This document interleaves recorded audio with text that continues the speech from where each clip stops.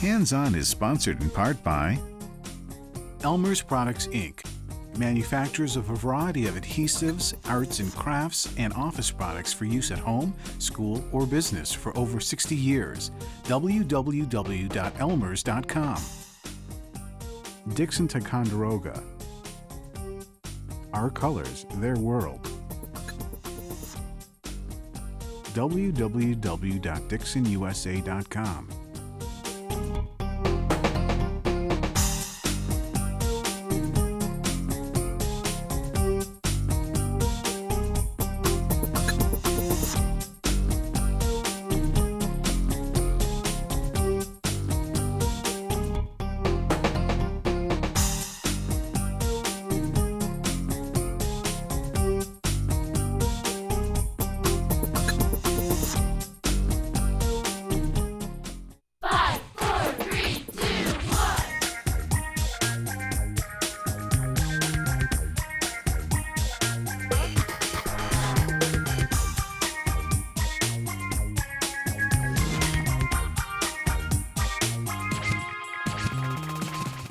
Learn skills for a whole lifetime of crafting on this season of Hands-On. At school, home, or even in sports, each week we've got craft basics and great projects, each with 5 steps and 5 main ingredients. And every project teaches a new skill that you can use over and over again. Keep basic supplies like scissors, markers, toothpicks, and rulers on hand. And remember, be creative. There's no place like home and no place better to make great crafts and learn new skills. Our first hands-on project is rolled paper frames, so get at those family pictures. Then learn a new skill guaranteed to be one that's useful for your whole life, and that's hand sewing. Next time you have a button fall off, you'll be ready. Then Prudy Veneer is back. The saying is that charity begins at home, and this pillowcase project is a perfect way to help kids in shelters. It's all about helping others.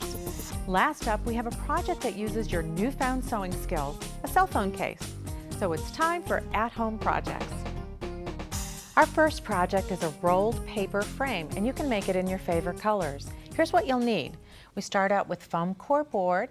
You can choose 2 colors of construction paper or scrap paper, ribbon, and then we're going to use different types of glues. We're using a glue pen, a glue stick, and a liquid glue. Lastly, you'll need a metallic silver marker. On your basic tools, you're going to use a craft knife, decorative edge scissors, a ruler, and a dowel rod. So let's get started. The first thing you want to do is to take your paper, and I have a 12 by 12 sheet, and I'm taking the turquoise, and I'm going to cut it into 6 5 by 3 inch and 6 6 by 3 inch. I've used my ruler to measure across 6 inches and in 3 inches, and then just marked it with my pencil. Now I want to cut those out because these are going to form my rolls. Once you have all of these cut out, then we're going to start gluing those together. So I've got a bunch here glued out, rolled out. And I want to put paper towels down first because you want to protect your work surface, and I also have a cutting mat underneath. Now I'm going to take my liquid glue, and that's why I have my paper towels down. I'm going to roll it down one side. Now you're going to see this glue goes on purple, but it's going to dry clear. I'm going to put my dowel on the opposite side and start rolling.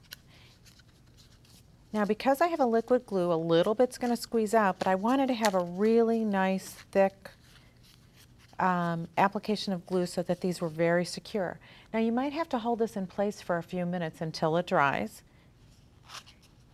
And we'll set that aside there, and we'll slide our dowel out, and you can see there's the excess glue here, and we'll just hold that together until it's set. Now I'll set this one aside because I have some that are all rolled out here. And we'll put these to here. Now our next step is we want to cut our frame. On our frame we're using a foam core board, and I'm using a craft knife, so you want to be careful and have some adult supervision with this. To cut the board, the easiest way is to take your ruler. I've already taken my pattern, which is on the website, and this is a 6.5 inch by 8 inch frame. I traced it down. Now I'm going to take my craft knife and run it along the edge of the ruler to make a cut. Now sometimes you have to do a couple cuts to get through. There's also a backing paper on the foam board. Or you can just simply, I'm going to pop it right here, pop it out, and then go back and slice that board. I've got one all cut out and ready for us to use. And then the second thing I'm going to cut is my green paper. So I have my lime green paper, and I've got my pattern again. I'm going to trace that with my pencil all the way around. Then I'm going to go back, and with my ruler, I'm going to kind of just eye this. I'm going to make about a 1/2 inch border around it. I just put a little tick line, and I'm just going to put a dashed line along here because I'm going to use this as my cutting edge rather than the exact edge. Did the same on the center. Now I'm going to take my decorative edge scissors. It's important when you're using decorative edge scissors to cut away from you, cut down, and then line up your scissors again. And you cut all the way around. Same thing, you'll poke a hole in the center and cut the center out. If you can see here, you get that nice decorative edge. I've got one here, and now the next step I want to do is to use silver marker on it. Now these are paint markers. They're an opaque paint. You have to wait till the paint all the way runs to the nib of the pen. So you can try it on your paper towel. And I'm going to also lay this on the edge so I don't get any on my work surface. And I'm going to draw a line on the edge. I'm going to put my ruler along the edge so I can get a nice straight line. And then go back in again, and you're going to cover all those little tips on your decorative edges till it's all done. So you've got that border on the silver, so now we have that. And then we've gone back on each of these rolls and put a silver border on these as well. So just for a nice decorative look. Okay, now we're ready to assemble. I'm going to take my glue stick now, and I'm going to run it along the frame. And I'm putting a nice coat on this. Again, this is purple, but it's going to dry clear. Put my frame on top, which is a little bit larger than my actual frame, so you can see from the back because I get that 1/2 inch border. I can reposition that. And then I'm going to start sticking these on, and I'm using a glue pen because then I can get a nice thin line. So I'm going to put a line along the top and apply the 6 inch across, and then I'm going to put a line down the side and put the 5 inch down, and I continue putting 3 across the top and 3 across the bottom. I'll put these 2 down, and the same on each side. Let's take a look at the finished one. The last step is to add a grosgrain ribbon to hang it from and your favorite picture. A basic skill we all need to learn is hand sewing. To get started, we need to choose our thread. You can choose all different kinds and all different colors. The easiest to start out with is an all-purpose thread, which is perfect for hand sewing. It will come in all different yardages, and it will also come in a heavy duty or a fine. Another thread you might choose is hand quilting. Usually these, or many times, they're cotton threads. There's also specialty threads like rayon that can be used for decorative sewing. There's multicolored, which can be used for machine sewing, and these are specialty threads that are created just for your sewing machine, even ones that have bobbins. And then there's metallics. And then lastly, there's upholstery or buttonhole threads, which are very heavy duty. So let's get started. The first thing we want to do is thread our needle. And you can use different kinds of needles for different purposes, and they usually have a name on them. So you want to use an all-purpose. The first stitch we're going to do is a running stitch. A running stitch is kind of a stabbing motion going in and out. So we're going to go down through the fabric, pull our needle all the way through, and then come back up. Sometimes people use a thimble on their finger just so that they don't stab their finger, and that's an in and out stitch. The next stitch is a back stitch. On a back stitch, you're going back behind your stitch. So your thread is coming up through the surface of your fabric. You're going to go back and meet the last stitch you did.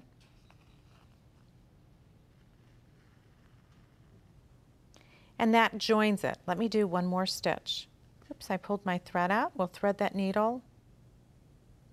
And you can see I haven't knotted my thread. I only have thread with just a tail going through because the thread is strong enough just with one layer.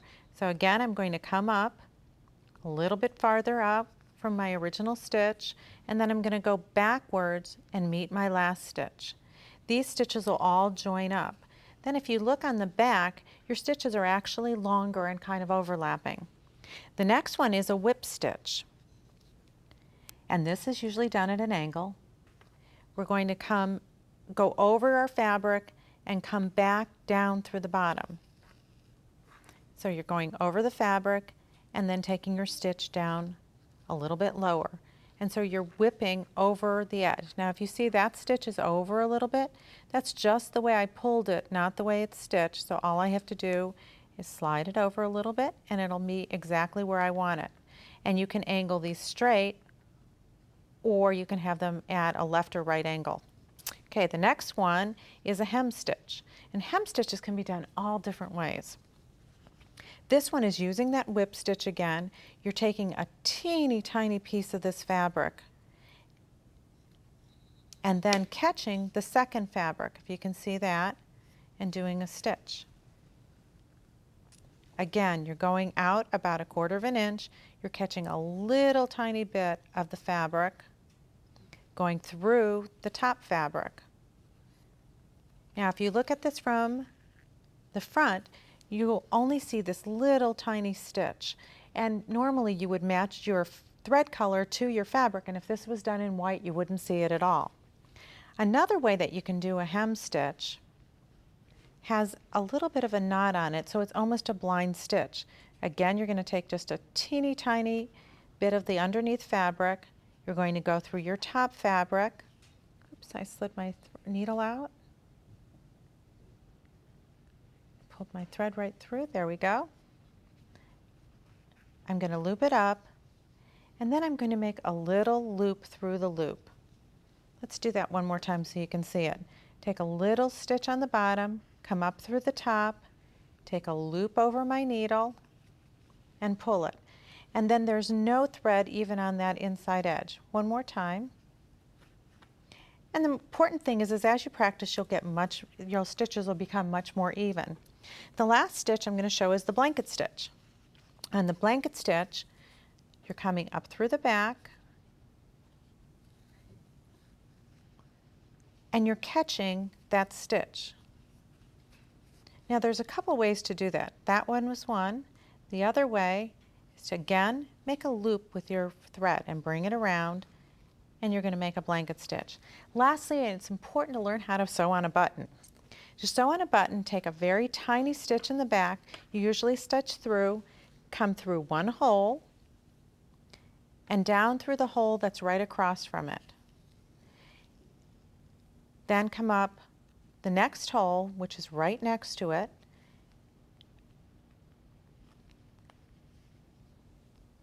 and come across here and do another stitch.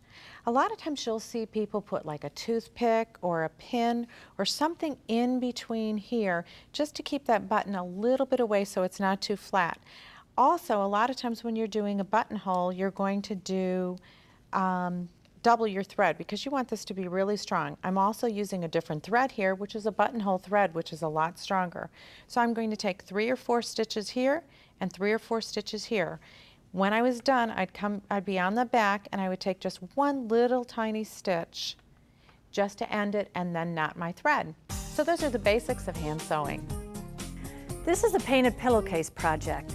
The pillowcases are painted in bright colors and they're for children in homeless shelters or in other temporary quarters to use to hold their belongings. I like to call it our Fun with Color project because we're going to learn about color schemes and which colors go together.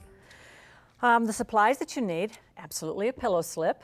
If it's new, you need to wash it and dry it to get the sizing out so that your fabric paint will adhere to it.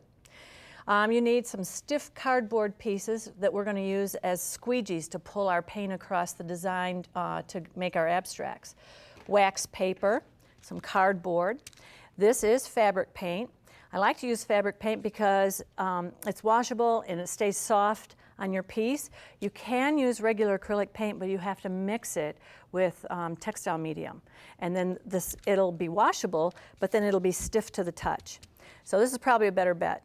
I have markers here, permanent fabric markers that we'll use to embellish the design. Let's get started. The first thing we'll do is cover a piece of cardboard with wax paper. And this will go into the pillow slit because you need a hard surface to pull your paint across. It's covered with wax paper so that paint doesn't go through the fabric and stick. So I have one over here that's all finished. And I can tell you, I put this in there, then pulled it tight and taped it on the back. So now you tape off a section to put our design. And I'm going to do a rectangle. It just shows up nicely on a rectangular pillowcase. I like the wide paint, or the wide tape, so that when you pull it across, it's less likely to get paint over on your clean pillow slip.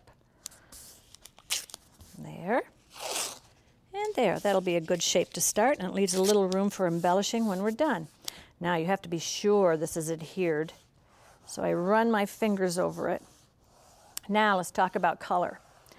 What colors go together that we could put on here? Well, when you put colors together, it makes a color scheme, and we want to make sure that it's a good one, so we can refer to a color wheel. If you don't know what colors to put together, this tells you. You'll see on here there's lines. I have red-violet in the key color right here, and I can tell by following that straight line across, it makes a complementary color scheme with yellow-green.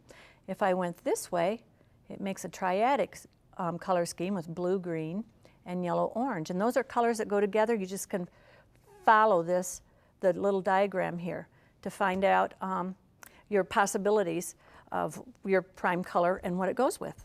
Easy and fun to do. If you look at this one, this is a complementary color scheme. It has all blues and oranges in it. And blue and orange are opposite each other on the color wheel. That makes it complementary. The Emily pillowcase is a triadic color scheme, red, blue, and yellow. And this one, the top one here, is analogous. Those are colors that are all together in a row, and I love using that. It's so bright and cheery. On this particular one, we're going to use a complementary color scheme, and it's yellow-green and red-violet. So I'm going to put lots of paint up here. This is so much fun. You really never know how they're going to turn out. Makes a delightful abstract. And I'll put some of this in between. I can leave maybe a blank spot so that some of the fabric shows through, and that's okay. There. Lots of paint because it needs to be pulled all the way through. I'm going to use stiff cardboard to pull it, and I want it to reach to the bottom. If it doesn't, I can turn the whole thing around and go the other way, but I think this will work. I'm going to pull it down like this. If I squiggle the squeegee, it puts a squiggle in the design. Ooh, is that going to be nice and bright? Now, that has to dry. So you don't do anything with it. You don't take the tape off. You let it dry. I'm going to set this aside and work with one that's already dried so that you can see how to embellish. This one was done yesterday, and it's dry to the touch. So I'll pull the paint off, or the tape, I mean, and see what design I have left with. Ooh, I like it. Nice and bright. And now I can embellish. I can use paint, or I can use a marker, a good black stiff marker, nice and big. I can outline.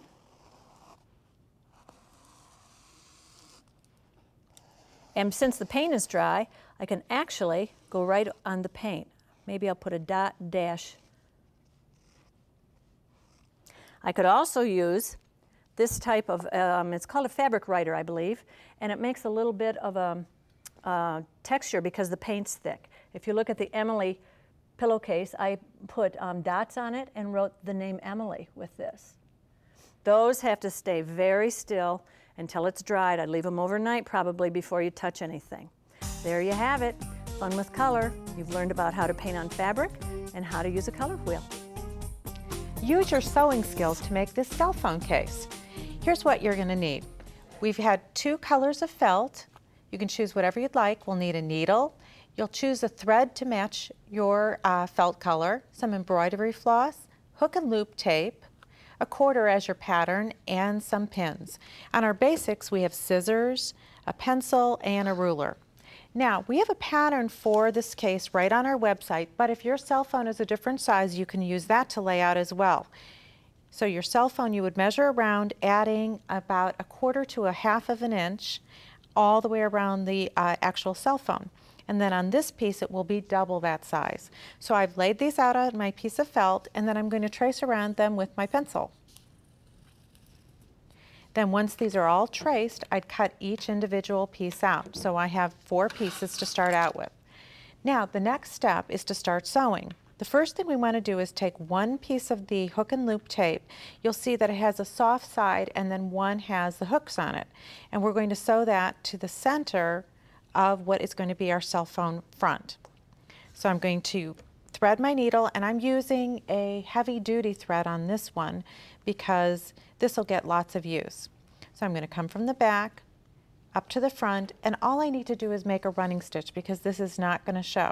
So that's that in and out stitch that we learned before. And we'd go all the way around. And then once that's secure, we'd knot it off at the end. But let's move on to the next stitch. I'm going to snip this off. Now we want to attach the front to the sides. And to do that, we're going to pin them wrong sides together. The reason why we're putting the wrong sides together is because this is felt and we don't need any seams. So I'm going to pin these 2 pieces together. I've threaded already some blue thread, and as you can see, I have it have the tail hanging, and I'm going to again use running stitches, and I'm going to do a very, very tiny stitch, but because it's going to show, I want to make them very, very even. So I'm going to do a running stitch all the way down. Oops, I caught my loop right there. Let me pull that to the front so you can see that. And that's something that's going to happen all the time, so that's a good way so you know what to do. And I'm just going to go in and out all the way down. Catch that loop. When you get to the bottom, you're going to curve around like this and then come all the way up, stitching as you go all the way. Now that's the front. Now you want to do the back. You're going to do the exact same thing with the back, except we're going to start halfway up because this is going to be your flap that comes over. So that this piece, and I'm going to take these needles or pins out so you can see it, this piece is going to be pinned right here. And that's now going to be your stitching line. And again, you'd sew all the way around. Now once that's completed, we're going to go to our yellow felt. I'm going to use my quarter to trace and cut out a circle. This circle is going to be on the front, and if you can see on the finished one, it's going to be a decorative piece. You'd stitch that on using a blanket stitch, but hold on one second because I am going to show you the blanket stitch on the blue. The other thing that uses the blanket stitch is your handle. So I've taken my remaining piece of felt, folded it in half, and if you remember that blanket stitch, except this time I've used embroidery floss because I want it to show up and be a thicker thread. So I'm going to come up through the back, make a loop over my needle, and pull. And that's a decorative stitch. And we're going to do that same decorative stitch around the circle. Pull my tail, and we go all the way down one side and all the way down the second side. Now let's add the hook and loop. I'm going to add one to the back here, and I'm just going to pin these on so you can see the placement. And this is the fuzzy side. Then this one is going to be attached here. So I'm going to need to put one here, but this side is going to be the loop side. We're going to pin that in place. And that way we'll be able to take your handle on and off when you need it to use it when you attach it to your purse or to a book bag. Now on the other side, I'm going to stitch this in. And I've used some heavy sewing thread. I'm going to come back through both layers, and then I'm going to attach a button. And the button is going to be purely decorative. So I'm going to stitch that on, come through here, and then I'd sew that by taking 2 or 3 stitches through that to make it nice and secure. The other thing we need to do is add a hook and loop on the front. Now you have one piece here, and we're going to want that to attach. So I'm going to put the other piece on the back. Again, I'm going to pin it in place so that it's right in the right spot. and then that would hook right there. And then I'm going to take my yellow piece of felt and stitch that on with a decorative stitch. So let's take a look at our finished cell phone case. Giving to those less fortunate is a skill you'll want to keep learning all through your life. Thank you again to Prudy for joining us. On our next show, we've got terrific after-school projects. See you then on Hands On. Projects from today's show plus other ideas are available on the web at craftsforkids.com. This is program 1107. Hands On is sponsored in part by Elmer's Products, Inc., manufacturers of a variety of adhesives, arts and crafts, and office products for use at home, school, or business for over 60 years. www.elmers.com. Dixon Ticonderoga. Our colors, their world. www.dixonusa.com.